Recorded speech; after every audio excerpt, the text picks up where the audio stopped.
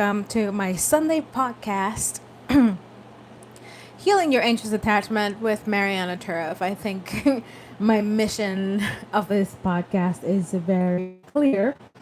I'm looking here on my phone to our live so that I can follow through with your messages to whoever shows up. Super. Okay, so let's find us. There I am. Okay, awesome.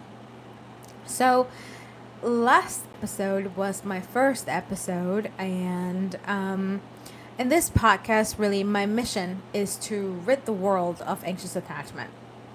I suffered it. I know you're suffering it too, and no one likes it because it's painful. And sometimes there's so much crap out there of people that sell us this idea that we're here to learn from avoidance and to learn their independence and to learn their disconnection, and that we have to learn from that. And that could not be further from the truth. Really, if you have a relationship with an avoidant, the mission of that avoidant in your life is not for you to become them. The mission of that avoidant in your life is to teach you to let go, because that's not something anxious people can do easily. And that's really the goal. And for those of you who don't know me, my name is Mariana Turov. I'm a researcher in attachment theory, and I have interviewed over 10,000, almost 10,000 anxious attached people since the year 2017. So next year, it's going to be 10 years of my research, and this year I'm releasing my book, and I want to share all of this with you. Definitely, it's a joy for me to be able to have completed this research. A lot of the research out there on anxious attachment has been done maybe before the invention of the internet. And I really wanted to do something modern. It started 10 years ago when I was preparing myself to transition towards secure attachment, and I really wanted to do it. I was very aggressive about it. I really wanted to get on it, and I felt very alone. And I said, well, I don't want to do a research on just anxious attachment based on the research of others, or the research of ancient books or ancient scientists. I wanted to do something new. I wanted to do something current. And I opened up this whole thing with YouTube. Back then, YouTube wasn't what it is now. And I started using Facebook too to ask people with symptoms of anxious attachment to join my research. So in about 6 months, I spoke to almost 150 people, and everything just started to scale and scale and scale and scale and scale. And now I have, 10 years later, I have almost 10,000 people on my roster, and I've had many findings, and I can't wait to share them all with you on my book coming up in a month. So last time when we spoke, all of you who got connected with the episode, we were talking about how to change your anxious attachment and how to really see results, right? There are different ways in which people will tell you how to help you with getting secure attachment. And the two most famous are through the process, and another way is through showing you the result. And for an anxious attached person, that doesn't work, okay? An anxious attached person doesn't work like that. They don't really accumulate results being told to do things through the result or through the process. It just doesn't work like that. If you want to have secure attachment, you have to do it through your identity. That's the way it works. And my ear is so itchy, sorry. So Doing it through your identity is the way to go. Um, how does that work though? All right. Well, inside of you, there is an identity. Okay. And that identity, it's covered by layers of your thinker, right? What is the biggest symptom? I mean, 98% of subjects on my research, we're talking about almost 10,000 people in the last 10 years. So, what is the biggest anxious attached symptom? Write it in the comments, write it in the chat. Tell me what you think it is. And I'm going to tell you what it is the invasive thoughts. Your thoughts. They're so invasive. They're so in it. They always win. They suck out all your energy. You just become a slave of your own thoughts. And anxious attached people can't seem to get rid of that symptom. So I'm going to tell you how. I'm going to tell you how to get rid of your invasive thoughts. So your identity lives inside of you. Okay, you have 1,000 thoughts piled up on top of your identity, so you can't really see what your identity is or how it works or what results it gives you, because everything is covered by layers and layers of your thinker. You think a lot. So what to do? First is that we have to calm the mind, calm the thinker. It's very easy, okay? A lot of people think that secure attachment work is long and it requires a shit ton of money for therapy. I'm a therapist myself, and I don't think anxious attachment becomes healed by listening to a therapist once a week. That is the stupidest way, the most useless way to get secure attachment. Okay? So don't waste your money doing that. So what we have to do is calm the thinker down. So then we peel off the layers of these thoughts to allow the thoughts to exist, to allow the thoughts to be there, present, to allow the thoughts to, and then when we're closing our eyes and we're trying to relax, thoughts are going to land without us inviting them. So we just have to make sure that they dissipate. We allow them to show up, we allow them to float, and then we let them float away. Okay, I know it may sound a little bit of woo-woo, but when you exercise this, when you're trying to center yourself, not meditating, none of that stuff, okay? That doesn't work for anxious people either. But when you want to be in your head, and the chore today is to find out what is your identity, right? Let's find out what's our identity. So, because we already know that our identity is really the author of your results. What results you have now in your love life and your relationships and your level of anxiety is the fault of your identity, the identity you have inside.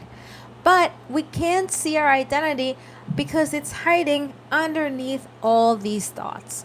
So what we're going to do is we're going to try right now to breathe. Hold the air and let it out. Very good. And we're going to go in the center of our head. Right in the center of your head.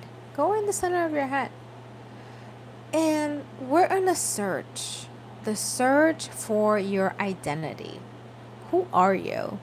Who do you think you are? What type of space do you occupy in this world? Who are you? Try to find out. The only way to do this is for us to calm down our thinker.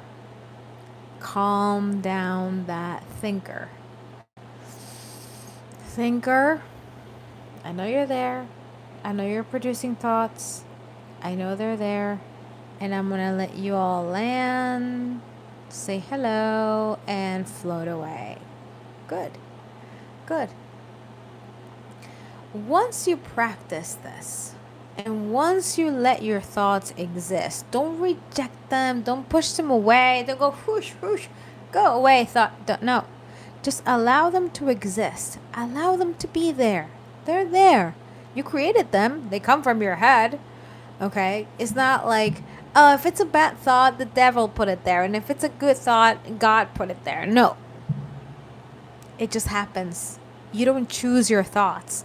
What matters is what reaction do you have in front of those thoughts? If you have a thought in your head and it immediately causes you this cringe, ugh, and you have a reaction, a cringe reaction, so that's the problem, that you just created a jolt, you just created an emotion, you created a thought and a sensation, and it created a cringe. If you think about something and it creates regret, the same thing is a regret cringe.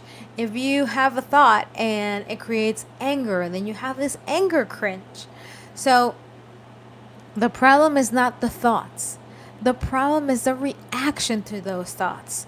So now that you have everything that you need to know about thoughts, okay, you have all these thoughts in your head, you want to dissipate. Once they start to open up, the layers start to open up. And underneath, you will find your identity, but your true identity, okay?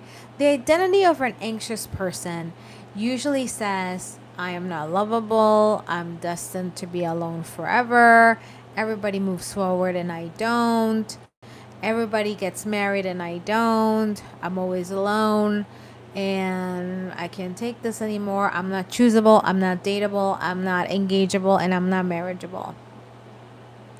So that's usually what it says, right? There's something wrong with me, nothing works for me. So they're very classic beliefs on an anxious person that make your identity what it is today. So we can't change anxious attachment through the process or through the visions of the result.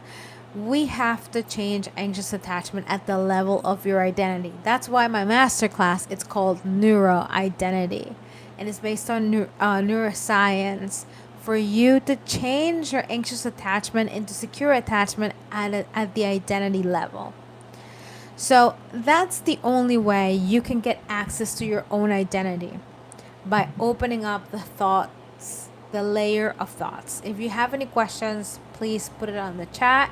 And if there's nothing, that's okay. If you're watching this later on in the day or later on in the week, that's fine too. I'm always happy to have you here, and everything is at the right time. If it's not the right time for you to see it right the second where I'm talking and the only person there is probably my mom, that's okay.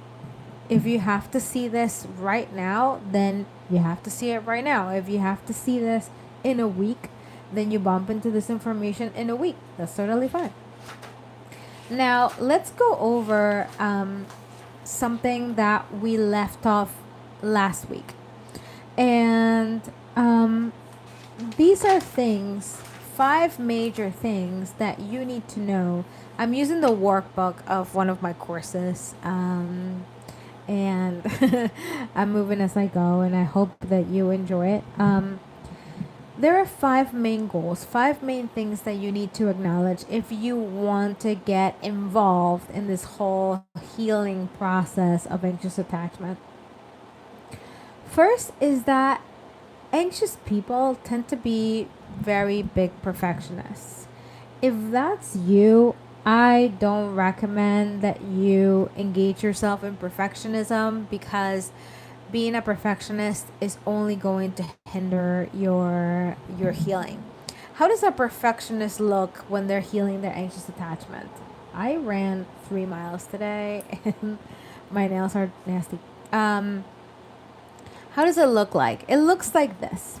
It's a person that comes to me and tells me they've tried everything, they've done everything, and they've done everything amazingly, but they still stuck. This is a person that you give them a tool and then they told you they already tried it. That you tell them that they need to do this, they need to do that, and they told you they've already done it, and they want to feel secure attachment right this second, man. And I keep telling them that's not how you're going to change. You have to stop believing that you've been so perfect and your anxious attachment is not arriving, and what's up with that? No. That's not the way it works. If you want to study and you want to learn, you're not going to learn by listening to me for an hour, right? This is insight. And insight is not the same as transformation. So don't focus on being a perfectionist because it only delays your healing. Number 2 is the 80-20 theory. The 80-20 theory is really the belief that you need to do 80% of physical work and decision making and all of that, and there's only 20% work on your mindset. And it's the other way around. If you want secure attachment, it's 80% mindset work, it's 80% body work, it's 80% communicating what we did, communicating to your mind and your body, who's in charge. All of that work that's the 80%. 20% is setting boundaries and focusing on the interpersonal relationship aspect of anxious attachment. Number 3 is that if you want to become secure and have secure attachment sometime soon, is that you really need to treat any sort of mental illness that you consider is not under control.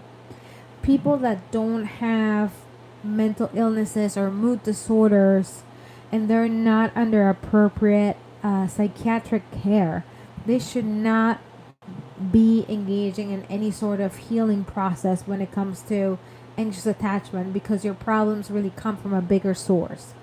So unless you have that all controlled, then you can go and move forward with your attachment healing. But if you have an addiction, if you have a mental illness, that has to be controlled first, and then you can jump into a different level of healing.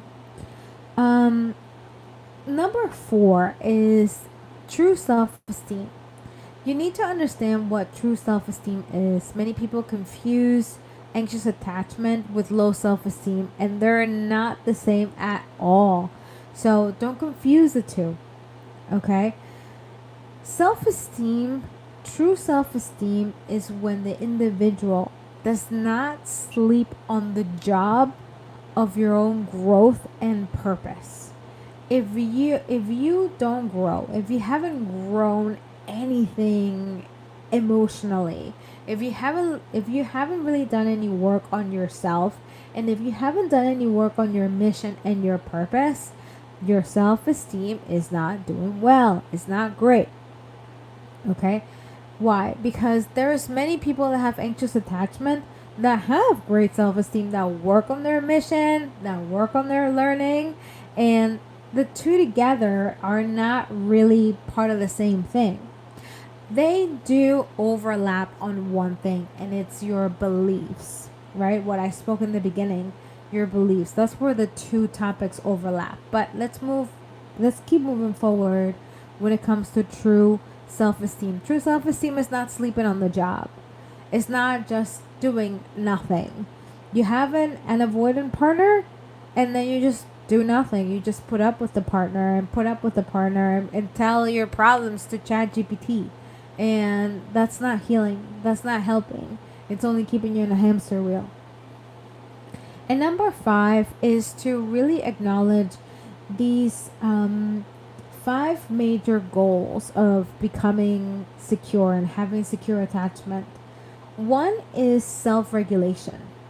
Self-regulation, emotional self-regulation, is one of the biggest, most amazing gifts a human being can give themselves. If you learn to regulate yourself, that means that you can navigate life without feeling so overly sensitive, without feeling that everything bothers you, that people are out to get you, without overthinking.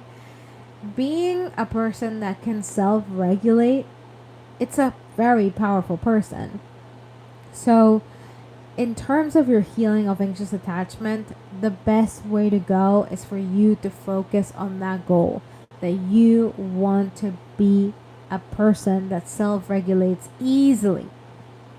So those ruts that you get into, and then you just escape your partner, and then you're hurt, and then you hide yourself for 5 days, and then you don't talk to the person, and then slowly you want to go back to claim that same miserable place.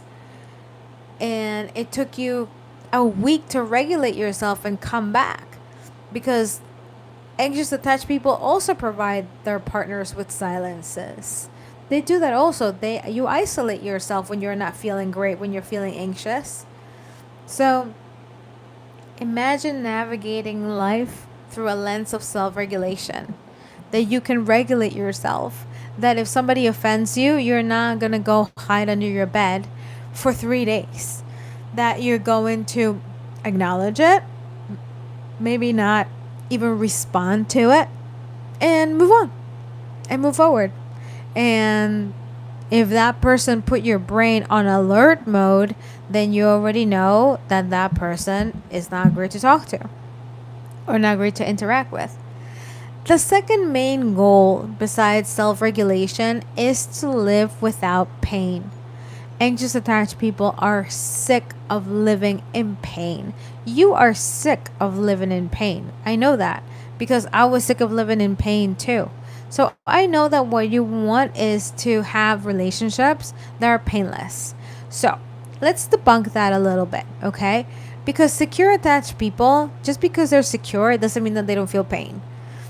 If you learn to let go naturally and you're like, look, this is not the relationship that I want. You are not really much of a prize to win for what you're asking. And nope, it's not for me. And then you learn to let go. That's all fine. But do you know how to manage the pain that comes after? A secure person does. A secure person sees the pain, lets go, and then they process their pain in a natural way, in a way that it's an innate way in which they feel the pain, they acknowledge it, but they process it swimmingly. The difference with anxious attached people is that you feel the pain in a very intense way. You keep it, you have it, and you dwell on it, and it's a lot of numbing agents come to your rescue to make you feel less sad, less depressed.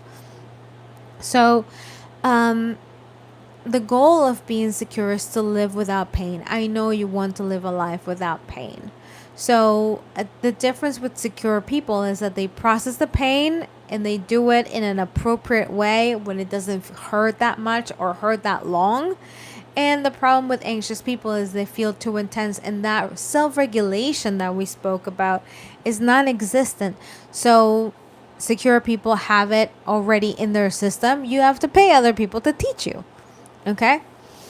The third goal of healing your anxious attachment is to stop painful patterns.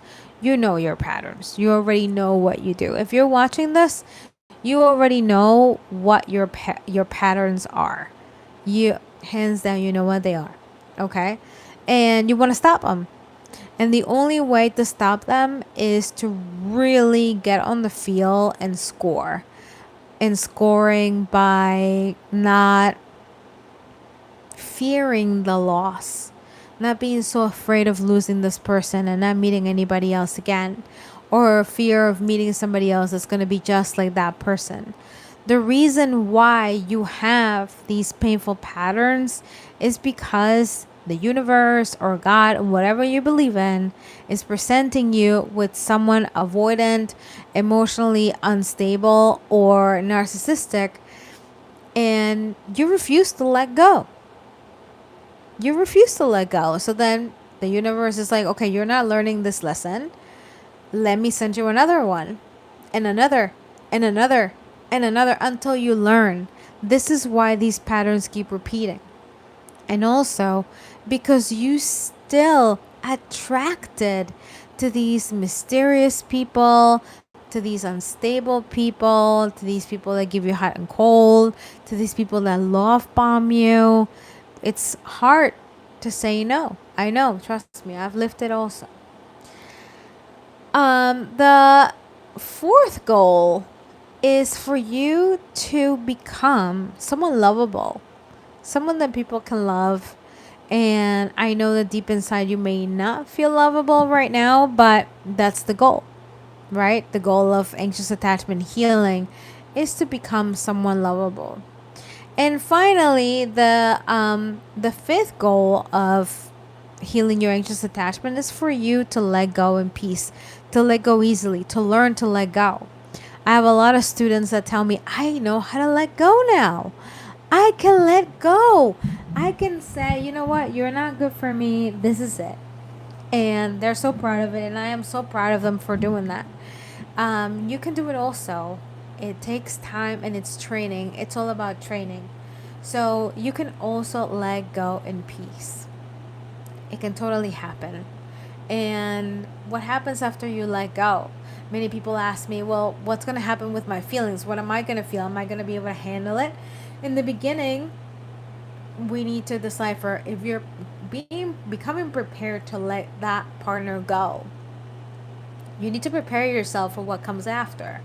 After is going to come these feelings of emptiness, maybe guilt, maybe anger. You're going to process that. You're going to grieve. And then you have to overcome the temptation of going back, reclaiming that miserable place that you used to have.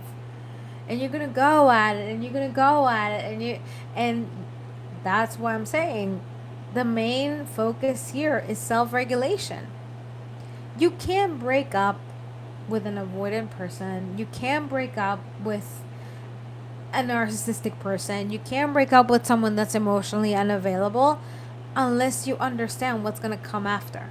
And what comes after is not pretty, but you have to keep going because they create so much confusion that it makes being with them highly addicting. So it can be very difficult to let go of these partners. So learning to let go if you're a person that's anxious attached is fundamental for your healing. So acknowledge these major 5 objectives of anxious attachment healing before you even get into it. Review them, know what they are, know your goals, know what you want to do, know your plan. You know that I am here, I'm not going anywhere, and always in the description box there's always my number and my email. We have an amazing, beautiful WhatsApp community. If that's not your thing, you can join my newsletter and I'll have you there and I'll give you the announcements of all my lives and my live events and my workshops and also my masterclass Neuroidentity 2026 that is going to help you. I have planners. I have a lot of things to help you. And I have these lives, so if you're watching this anytime after, you can always write a question there or you can always join next week. I love you guys. Thank you so much for joining. You can do this, and I will see you next time. Bye. How do I turn this off?